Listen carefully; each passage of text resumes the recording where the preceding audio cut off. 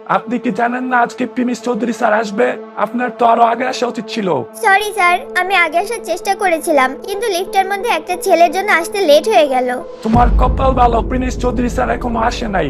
আচ্ছা ঠিক আছে, তুমি ওইখানে গিয়ে বসো। প্রিমিস আসবে বলে ঢাকা শহরে তাদের কোম্পানির বড় বড় বিজনেসম্যানরা সেখানে এসে হাজির হয়। তারা সবাই প্রিমিসের জন্য অপেক্ষা করছিল।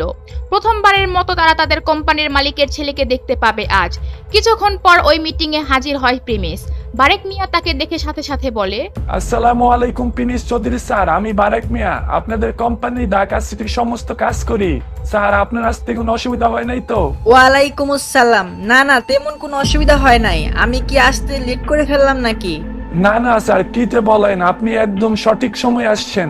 এরপর বারেক মিয়া প্রিমিসকে সবার সামনে নিয়ে যায় পরিচয় করানোর জন্য। স্যার এখানে যারা আসছে সবাই আমাদের কোম্পানির টপ লেভেলের বিজনেসম্যান। এরা অনেকদিন ধরে আপনাদের কোম্পানি হয়ে কাজ করতেছি, আর আজকে সবাই আপনার সাথে দেখা করার জন্য এখানে আসছে। আর গাইস, এই হচ্ছে আমাদের প্রিমিস চৌধুরী স্যার, চৌধুরী গ্রুপের মালিকের বড় ছেলে। প্রিমিসকে দেখে সেখানে থাকা বিজনেসম্যানরা অনেক খুশি হয়। তবে সেই মেয়েটি যে আজকে লিফটের মধ্যে প্রিমিসের সাথে অনেক খারাপ ব্যবহার করেছিল, সেই প্রিমিস চৌধুরী যে তার বস, এটা শুনে তার মাথার হোশ উড়ে যায়। সে এটা কল্পনাই করতে পারে নাই যে যাকে সে এত অপমান করলো লিফটের মধ্যে, সে তার বস হবে। এইদিকে প্রিমিসের চোখ হঠাৎ করে সেই মেয়েটির দিকে যায়।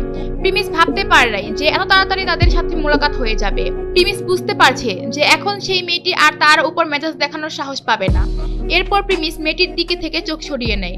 হ্যালো এভরিওয়ান, আমি আপনাদের প্রিমিস চৌধুরী। আশা করি আপনারা আমাদের কোম্পানির খুব বিশ্বস্ত লোক। আপনারা অনেক দিন ধরে আমাদের কোম্পানির কাজ করতেছেন, তার জন্য আমি অনেক কৃতজ্ঞ। আমি আপাতত পুরোপুরি বিজনেসে সময় দিতে পারতাছি না, কারণ আমার সামনে পরীক্ষা আছে। তো ওইটা শেষ করে তারপর আমি ফুল টাইম আপনাদের সাথে সময় দিতে পারবো। আর এতদিন তো বারেক নিয়ে আমাদের সাথে আসেনি। এরপর বারেক মিয়া প্রিমিসকে সেই মেয়েটির কাছে নিয়ে যায় আর তার সাথে পরিচয় করিয়ে দেয়। প্রিমিস চৌধুরী স্যার, ইনি হচ্ছে আমাদের কোম্পানির ডকুমেন্ট ডাটা যত আছে সবগুলোর কাজ সংগ্রহ করে থাকি। ওনার কাছ থেকে আপনি সমস্ত ডাটা সংগ্রহ করতে পারবেন।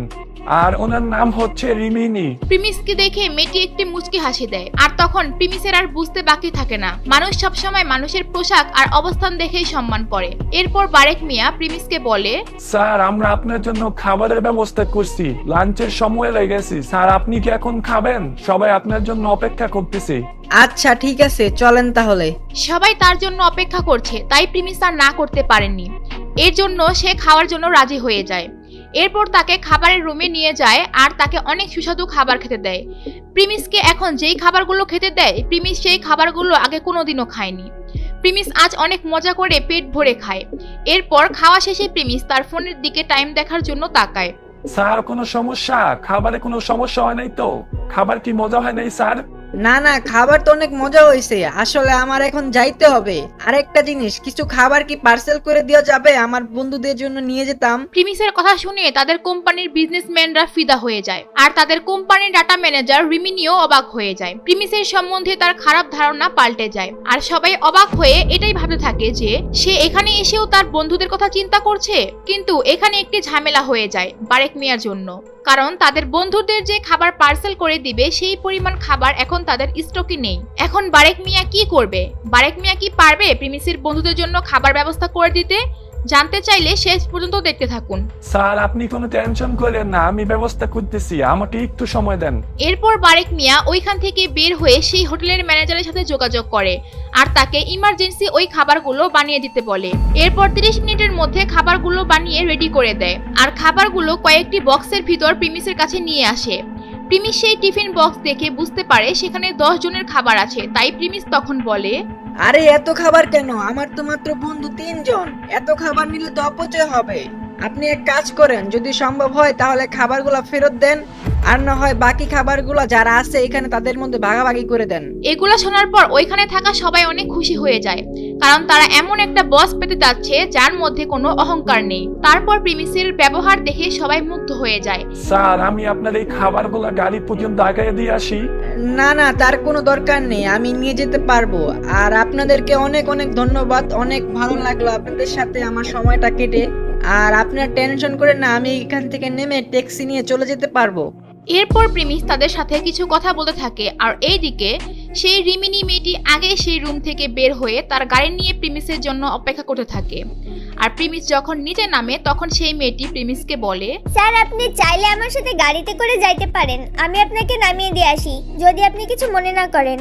এটা বলে মেয়েটি প্রিমিসের দিকে তাকিয়ে থাকে। প্রিমিস যখন খাচ্ছিল তখনও দেখছিল মেয়েটি প্রিমিসের দিকে বারবার তাকাচ্ছিল।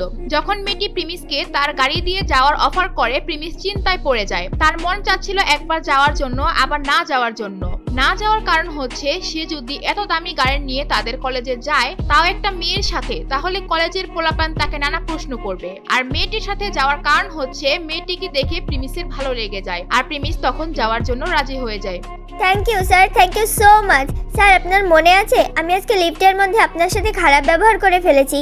Sir I am really sorry, আমাকে মাফ করবেন।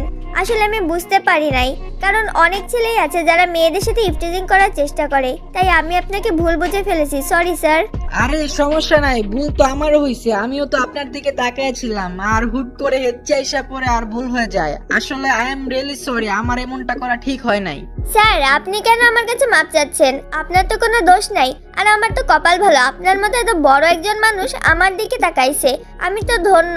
আর স্যার আমার এই রুড ব্যবহারের জন্য আপনি মাইন্ড করেন না, প্লিজ প্লিজ স্যার।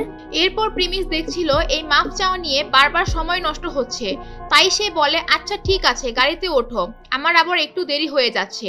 এরপর প্রিমিস আর রিমিনি গাড়িতে ওঠে আর গাড়ি যেতে থাকে প্রিমিসের কলেজের দিকে। আর সেই সময় প্রিমিস অমিতকে ফোন দেয়। হ্যাঁ অমিত, কই তুমি এখন? এই তো আমরা এখনো হসপিটালে আছি। ও আচ্ছা, কোয়েলের কি অবস্থা? ও এখন কেমন আছে? কোয়েল ভালো আছে, সুস্থ আছে, কোনো টেনশন করার কিছু নাই।